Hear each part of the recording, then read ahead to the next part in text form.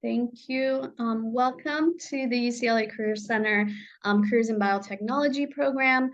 My name is Roni. I'm one of the assistant directors.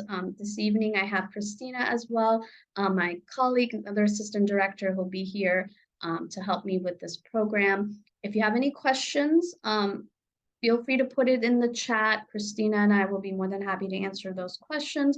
But I wanted to go ahead and get started because we have an amazing group of panelists joining us this evening and wanted to make sure that you all have the opportunity to connect with them. As the evening goes on at about closer to 5, I'm going to try maybe do it a little bit earlier. I'm going to try and we're going to open up the breakout rooms. You guys will have the opportunity to go from breakout room to connect with our panelists this evening. So definitely take advantage of that and make sure that you learn a lot from our wonderful panelists. Hopefully you guys had the opportunity to do some research. I know I've been sending out emails to all those registered with the panelists' names and so on. So hopefully you were able to take a look at their LinkedIn accounts and learn more about them before the evening. And, that's definitely something I would encourage you to do anytime you attend a program and get to know who it is that you'll be connecting with. I'm going to take a few minutes and really quickly talk about our resources here at the Career Center. For those of you who've never, seen us or worked with us, just so you have a better sense of what we do and how we help students. We do offer definitely in-person and virtual appointments, so you definitely want to take advantage of our drop-in sessions, which are Tuesdays, Wednesdays, and Thursdays.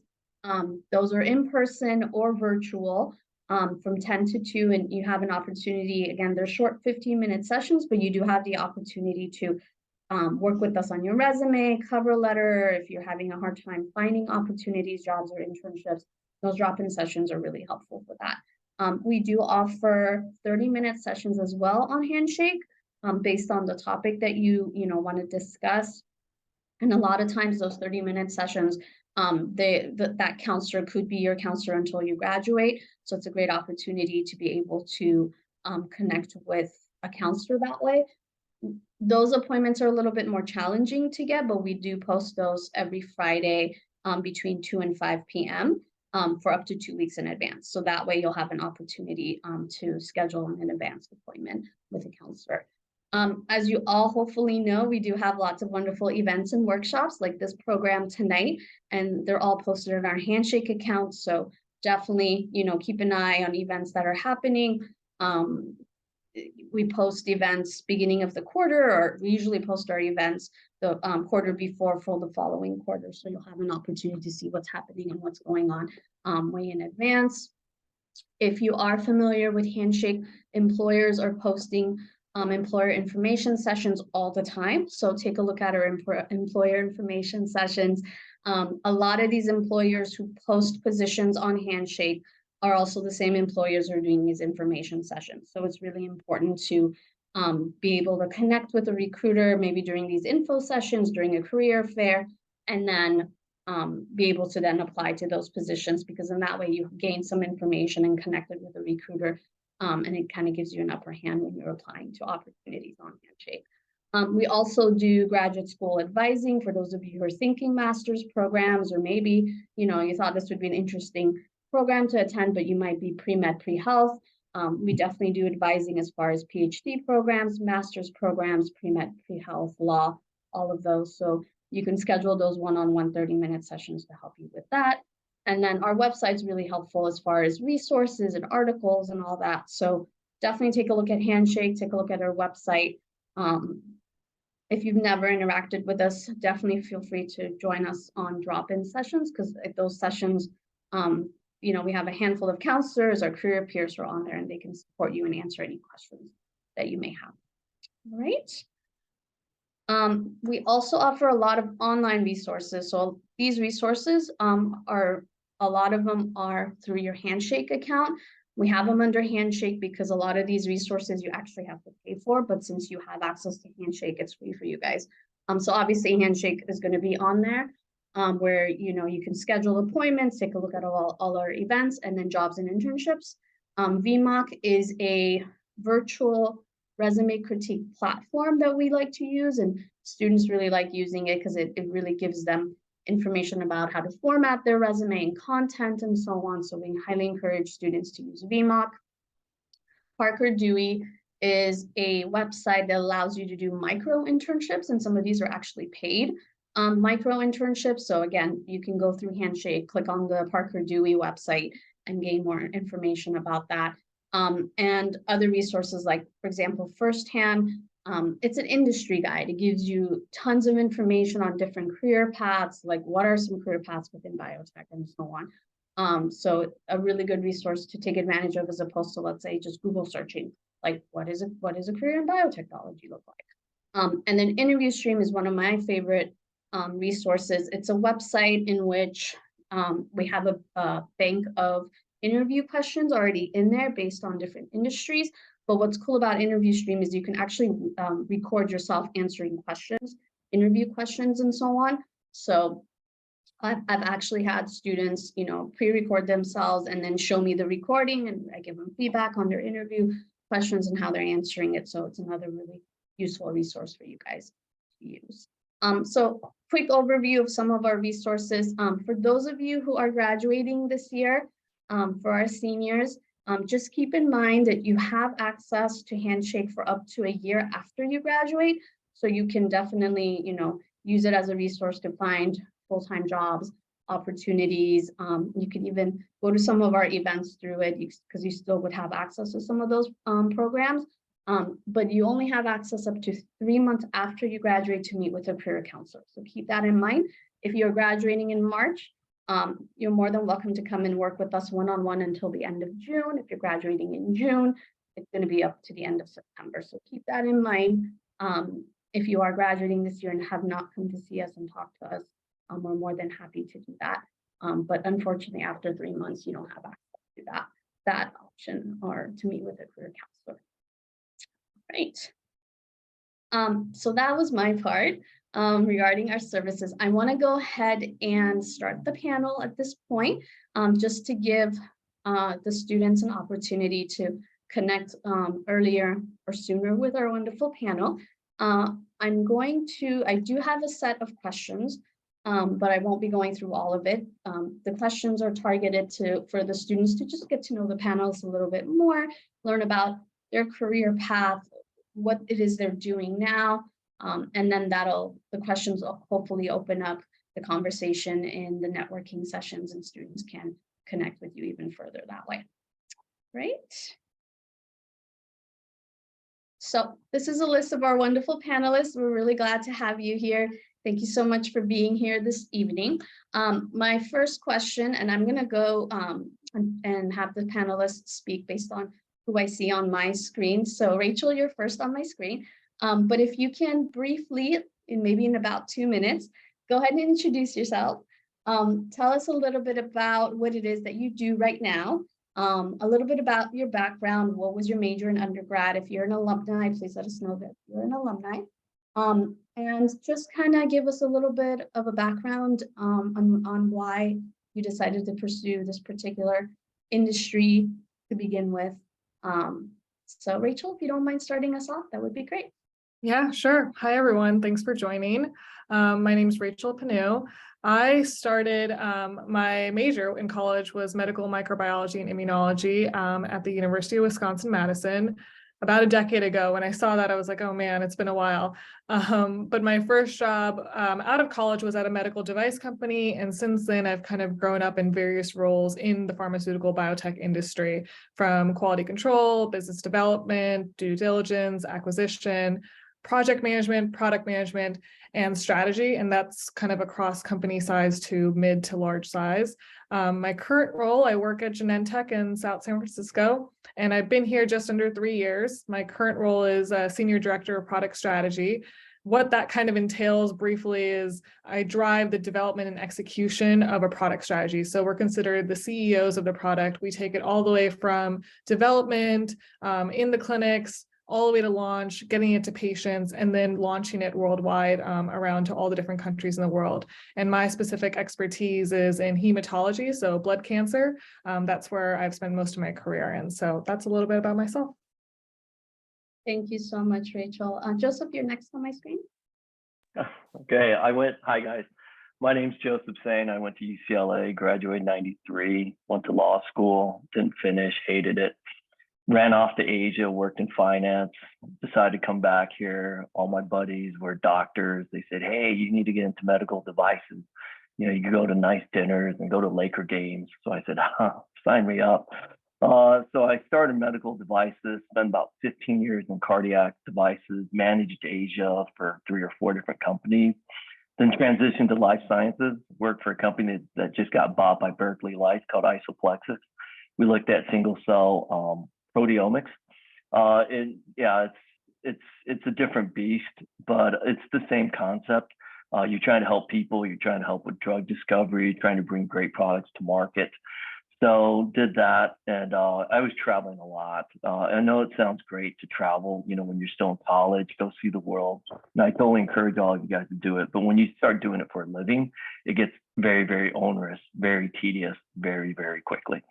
Because end of the day, a hotel's a hotel, airport's an airport. And so COVID was great because I spent 2 years and I just sat in front of a Zoom call just like this. And I realized, there's no place like home, Dorothy, Red Shoes, everything. So I started my own company. So Medical Life Sciences is my company. I do a lot of trans-Pacific distribution of medical device products. So that's my background. Thank you so much. Erin? Hi, I'm Erin Olson, and I'm coming to you from Bainbridge Island, Washington. And first, I just want to thank you so much, Roni and Christina, for organizing this. To date myself, I started UCLA 30 years ago, and I was an orientation counselor. And now being able to come back and support you guys in your growth as you try to determine what career path you're choosing is really an honor. My major was psychology. And then from there, I went into public health at Yale, and then I did some doctoral work at UNC Chapel Hill in pharmacoepidemiology and health policy. And when I graduated from my graduate degree in public health, as you probably know, Yale is not a cheap school, and I had no really interest in going into biotech or pharma. I thought I was going to go into health education and maybe work with children. And then I saw that my student loans were like $60-some thousand, and at that time that was a huge amount. It still is, but even more so then. And a friend of mine said, have you thought about biotech or pharma? And that was kind of taboo. When you're in public health, you don't really pursue that avenue.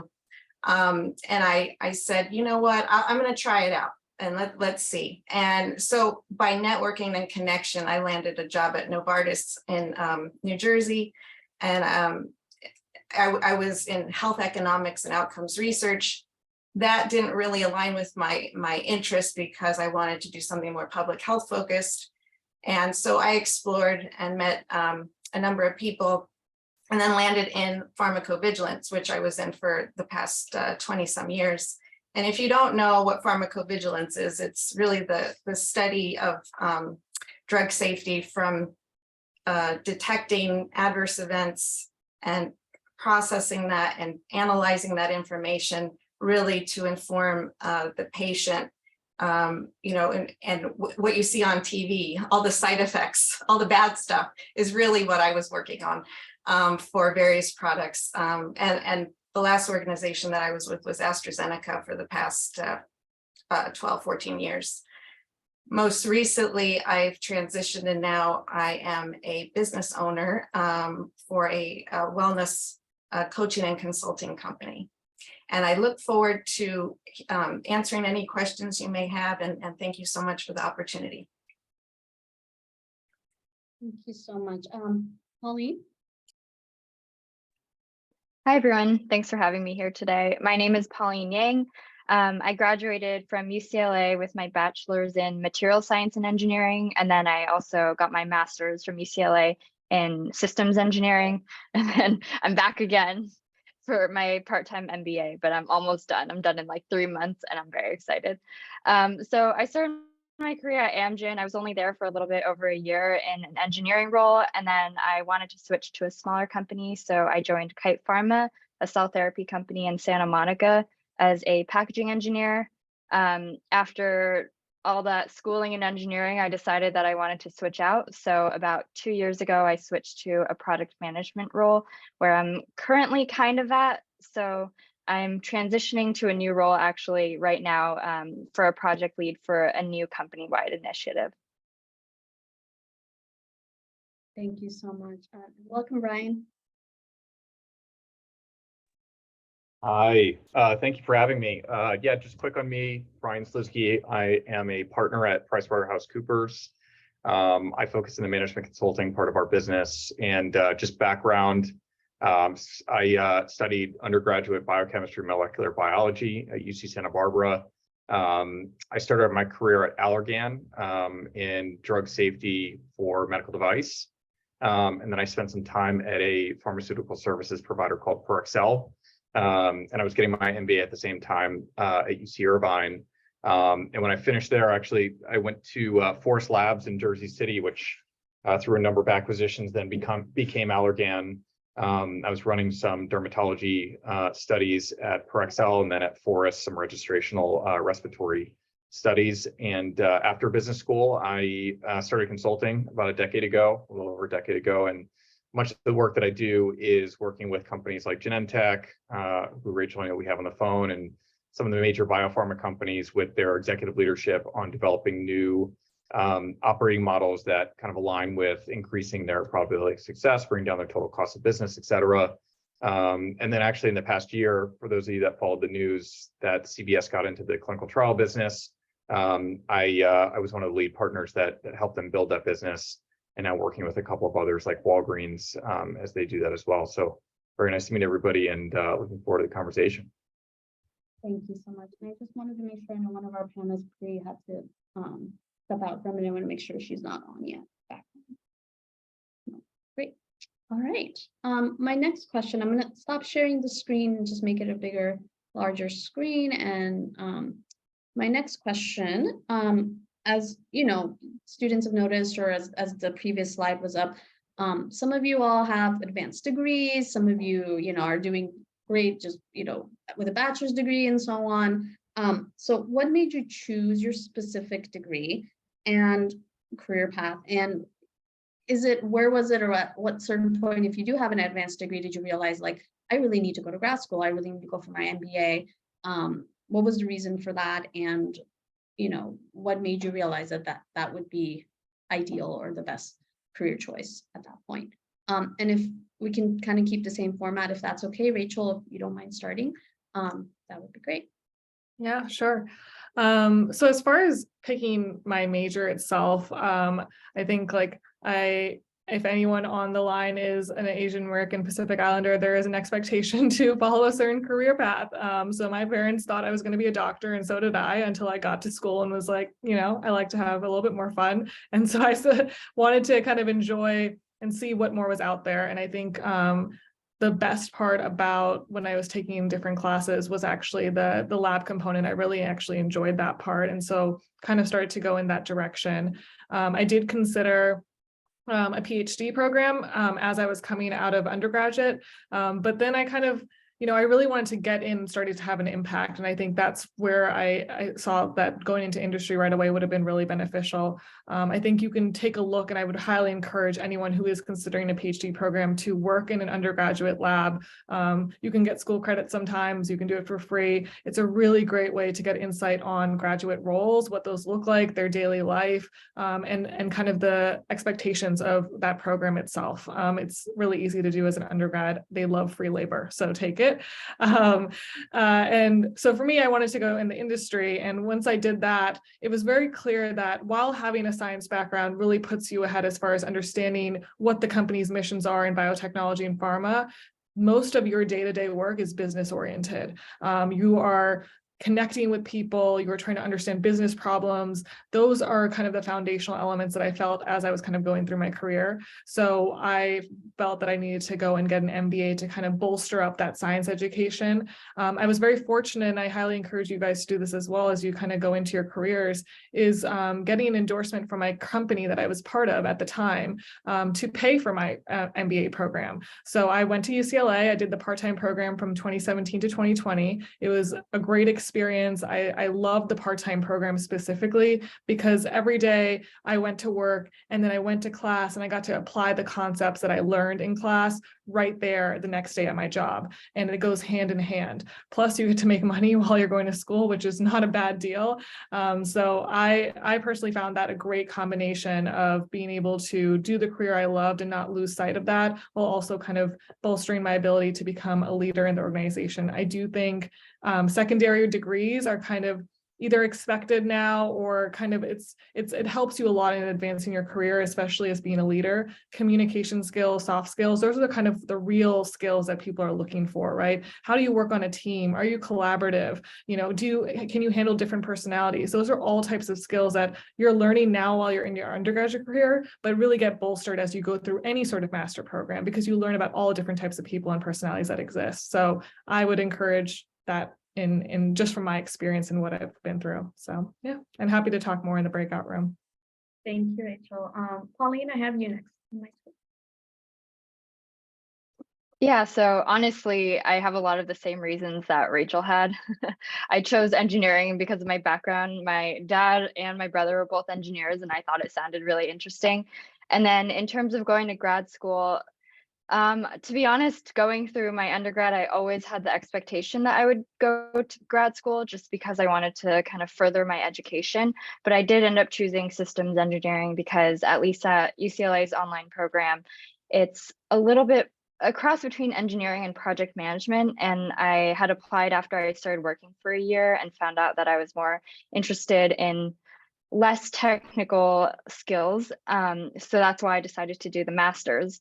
But then the MBA, I really decided after a couple of years of working, because I looked around my company and saw that a lot of people had engineering backgrounds and then got their MBAs to give them that really well-rounded skill set. So I decided to also do the part-time program at UCLA because working and making money and going to school is nice, even though it is very time consuming. But also, if anyone wants to talk more about that, I'm happy to talk in the breakout rooms. Thank you so much. Brian, your next one is please.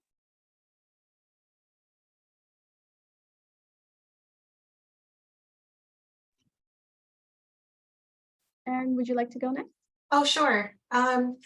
Yeah, so I had thought I wanted to be a physician, and I started in as pre-biology or biology, and I didn't cut it. I struggled very much. I think my first year I had some family issues going on, and I was trying to figure out what to do. And the class size was huge, and coming from and it was very cutthroat being pre-med, and it just did not serve me well. So I transitioned into psychology, and I thought that I had again spoken with some other students who were in the psych major and liked it, and I did very well there. So I felt that that was a very broad foundational major, and like Rachel was saying, you know, having those soft skills is so important, and I thought it lended itself to that as well,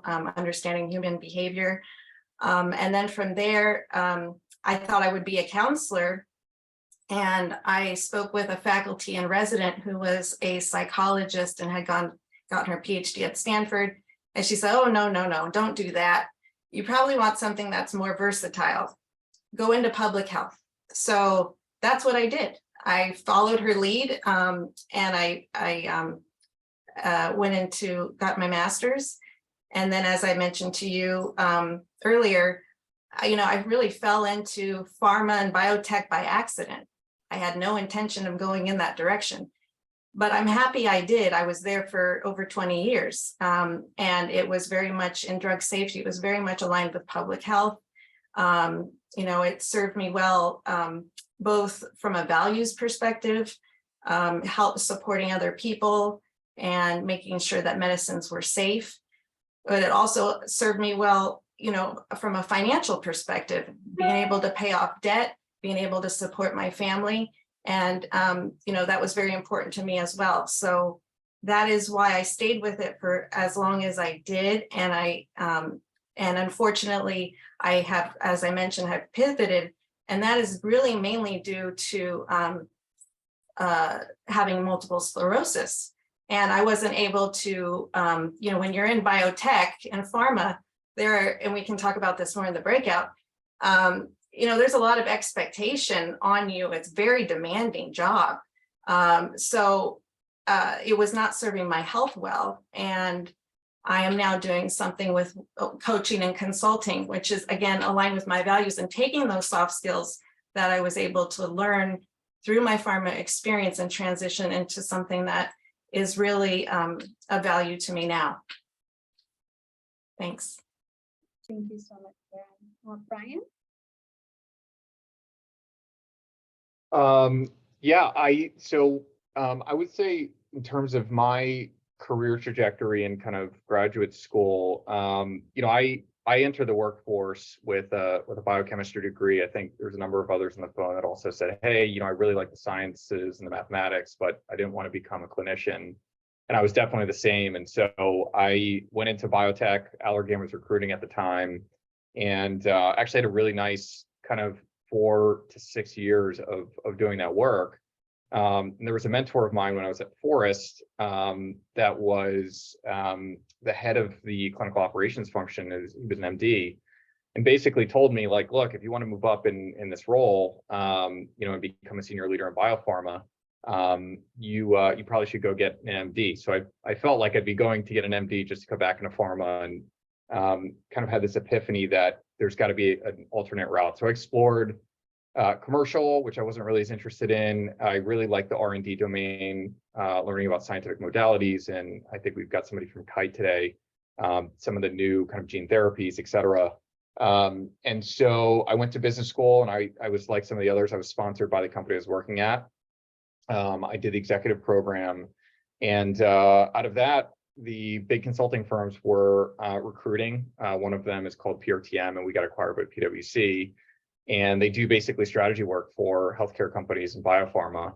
And they said, hey, if you're interested in not following process, not following SOPs, and doing things that are a little bit ambiguous and different, come work with us. And I thought PwC would be a 2 or 3 year rotation, which some people do fresh out of business school.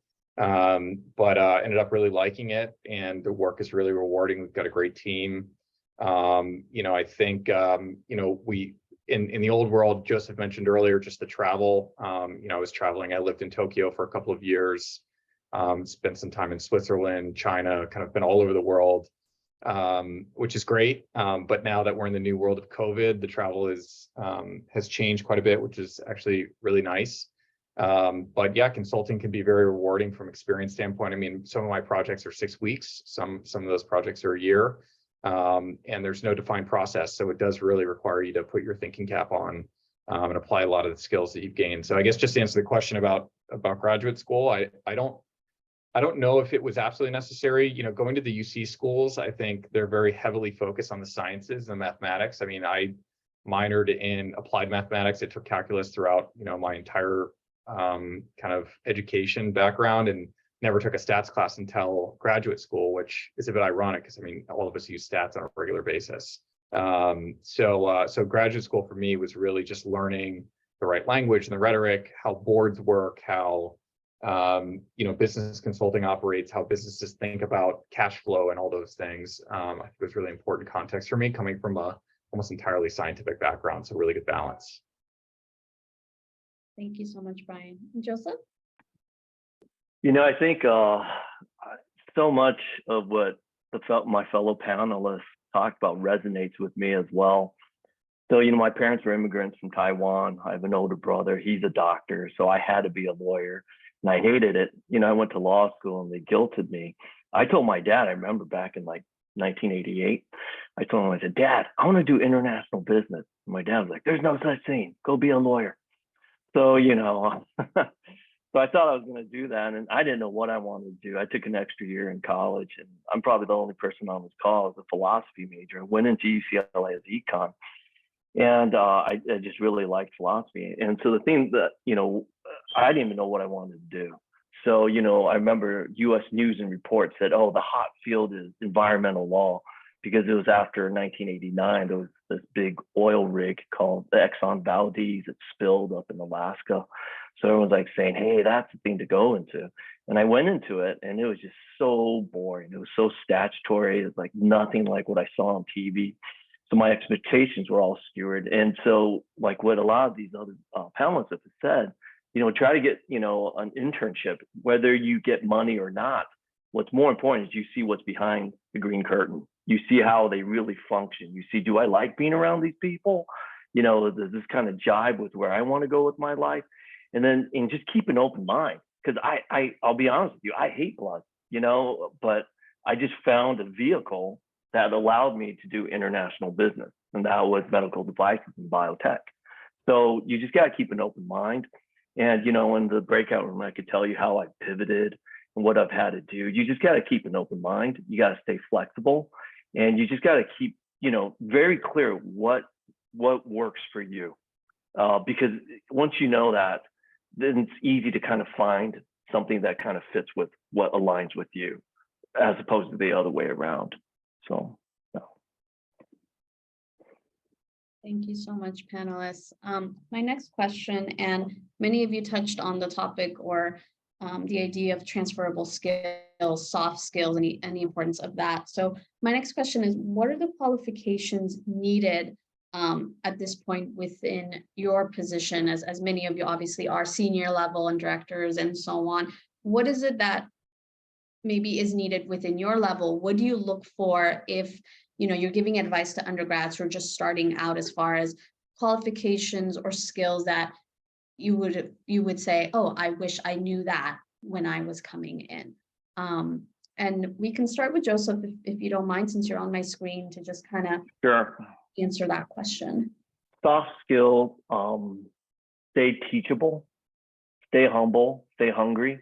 You know, don't take anything personally, you know, because it's easy to feel like, oh man, you know, I'm not good enough, or, you know, you look at all these people and, oh my God, they're so smart, or this or that. You know, everyone's unique. You have your unique skill sets.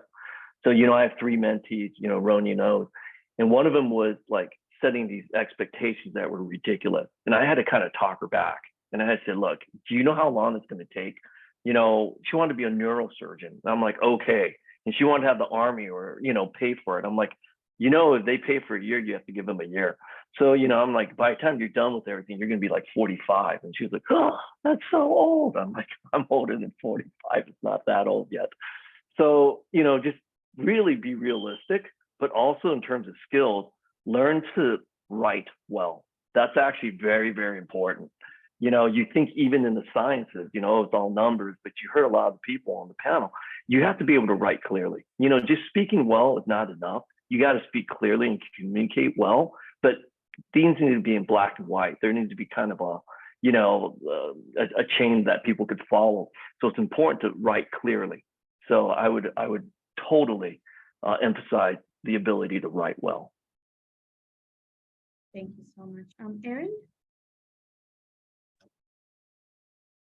Yeah, so I've done my fair share of hiring scientists for teams, and you know, the first pass is looking at a resume, right? So when you look at a resume, you're struck first by, okay, maybe you get 50 or so for a given job, and who's standing out? Who's going to go to the next you know, next phase, which is usually an interview, a phone interview.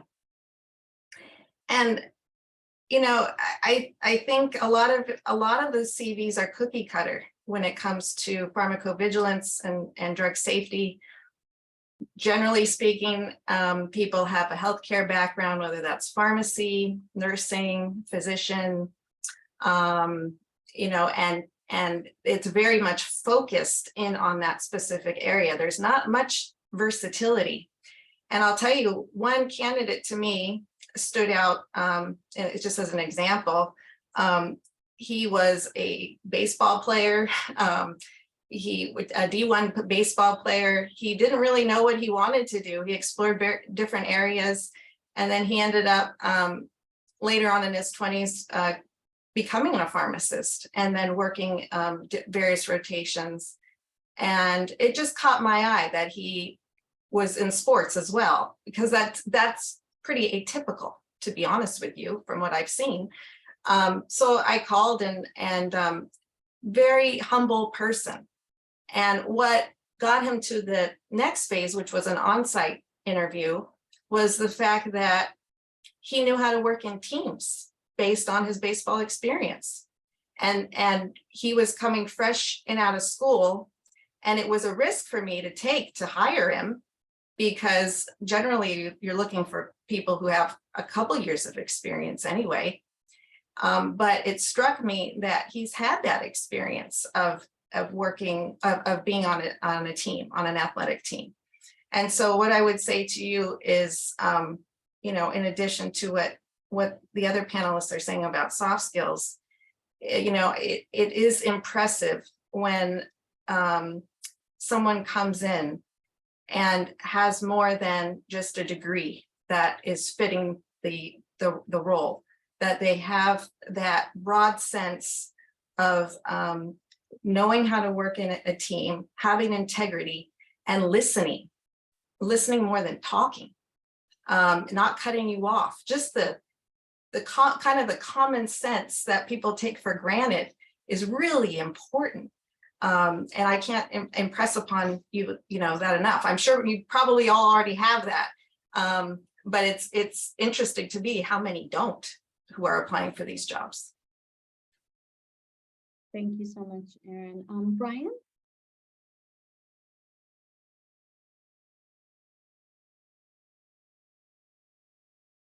Brian? Oh, you're muted, Brian.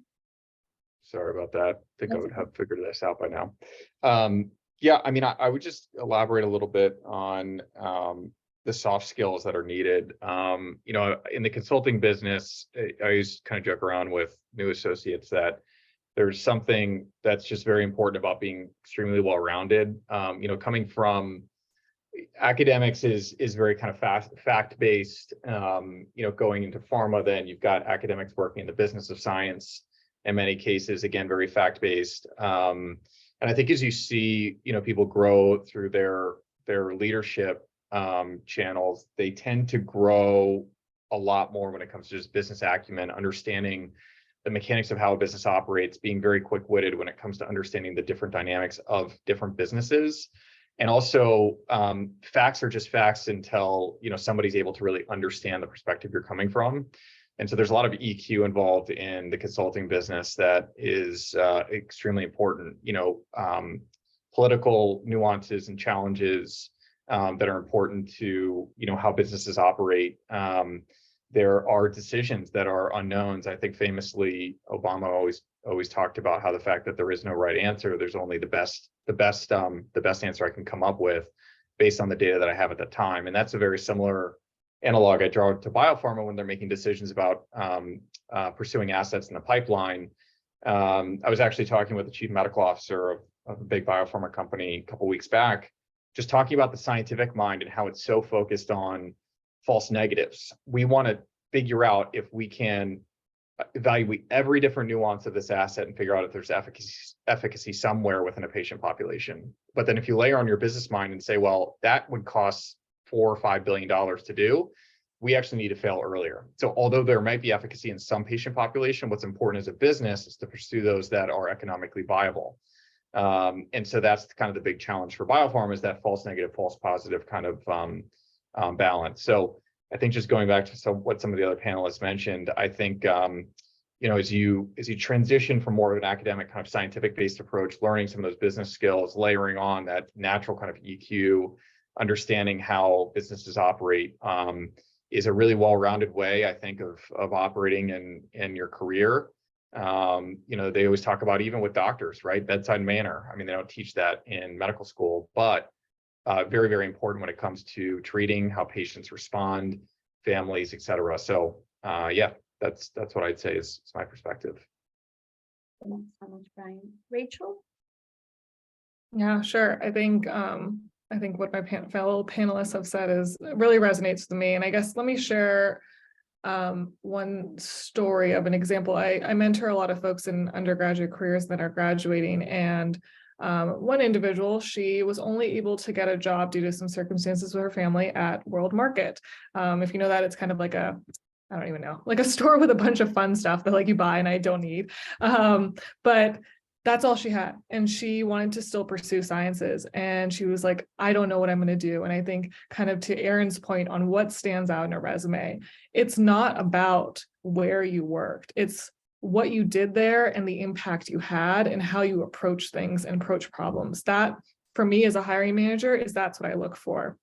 So an example, she's like, I just work as a cashier and then sometimes I stock the shelves.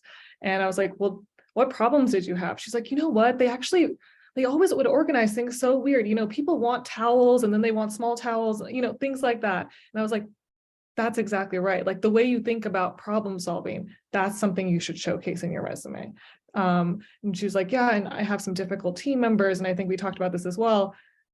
How you deal with conflict, that's also a skill that you need. That's something that's going to go with you throughout your entire career. You're going to deal with difficult people. Another thing that maybe resonates with you, do you ever explain technology to your parents? If you can translate complex problems into really easily digestible solutions for someone, like here's this big complicated thing and here's how you work an iPad, that's a skill I want in an employee. So try to think about things that you do naturally in your own day-to-day that don't actually relate to science, that actually just relate to how you are as a person. Do you like writing really thoughtful emails to your friends when they're like being offensive? That's also super helpful.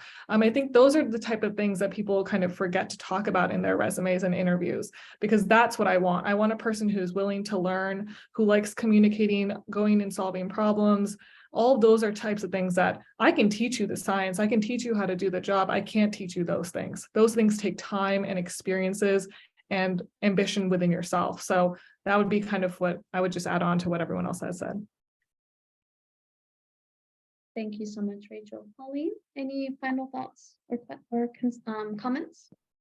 Yeah, so I think most of my fellow panelists already went through everything I would say, but I think one piece of advice I would give to undergrads building off of that is don't be afraid to do things outside of your major. You'll never have as many opportunities to join clubs as you will in undergrad. So you can join anything. Like when I was in engineering, I was in an engineering club, but I also wrote for the Daily Bruin, was part of a sustainability initiative.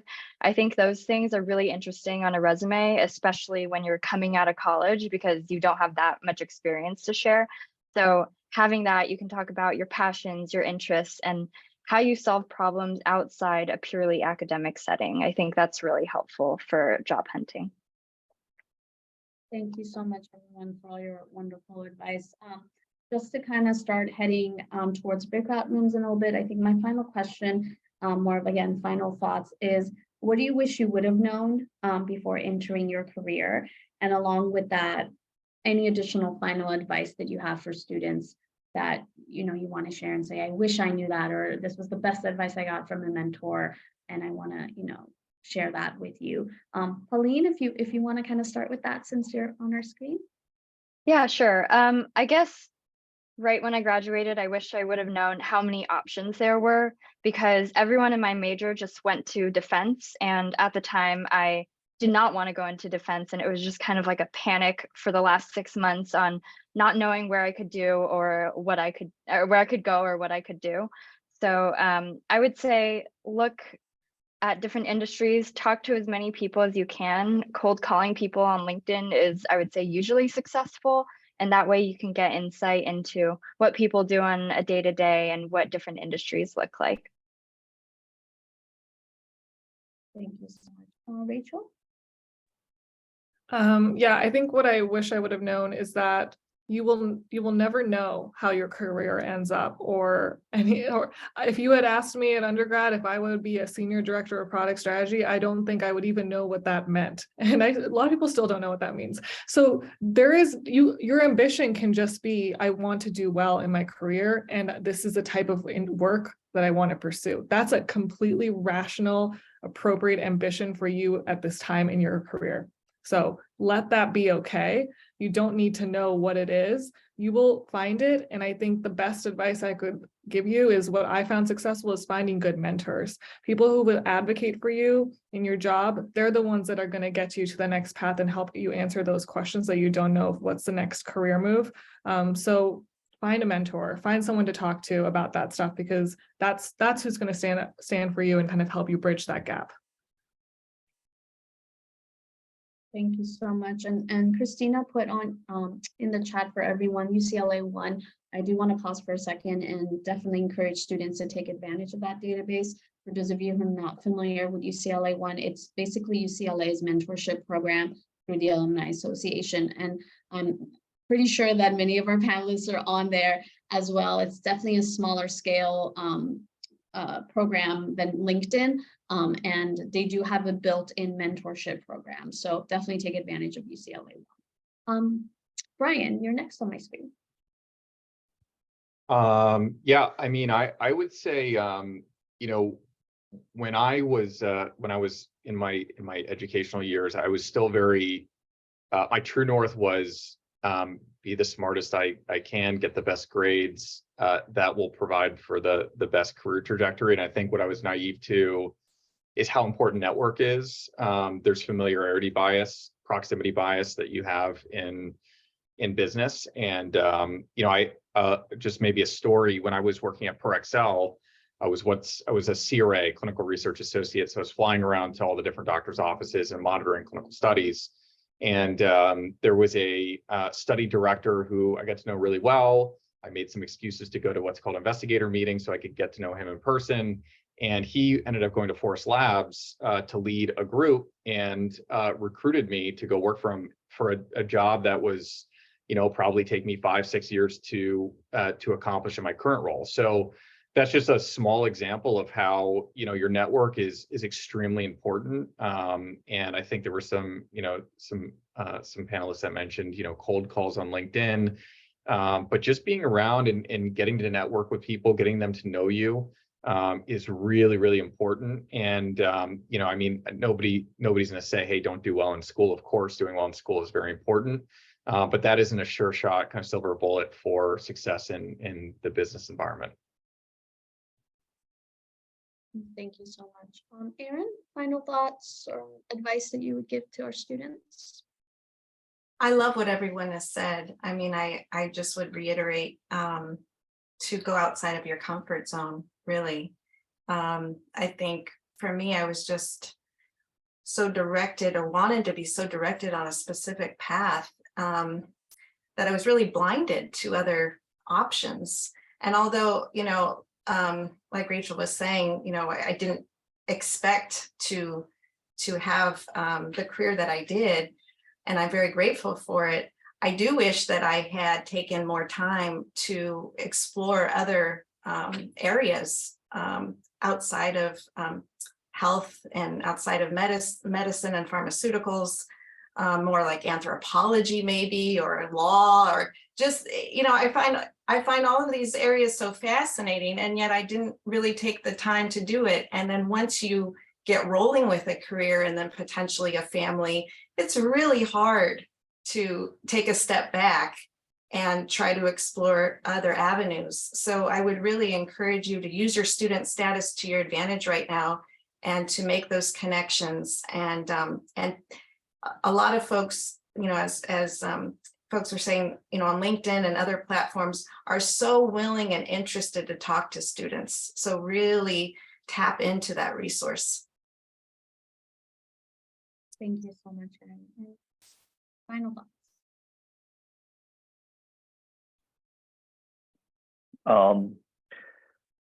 Don't be afraid to fail. If you're going to fail, fail fast. If you're going to fall off the bike, fall off, right away, and just, learn and pick yourself up. So, don't think you have to have everything perfect. Don't think all your T's are crossed, I's are dotted. You don't know what you don't know yet. And so, but just be willing and be, open-minded. And like I said, just don't take anything personally, and just be resilient. Thank you so much. At this point, I wanted to thank our panelists for answering my questions and allowing students the time to get to know you and your background and the wonderful advice that you have. I do want to take a few minutes and allow our panelists to go into their separate breakout rooms. So I'm going to go ahead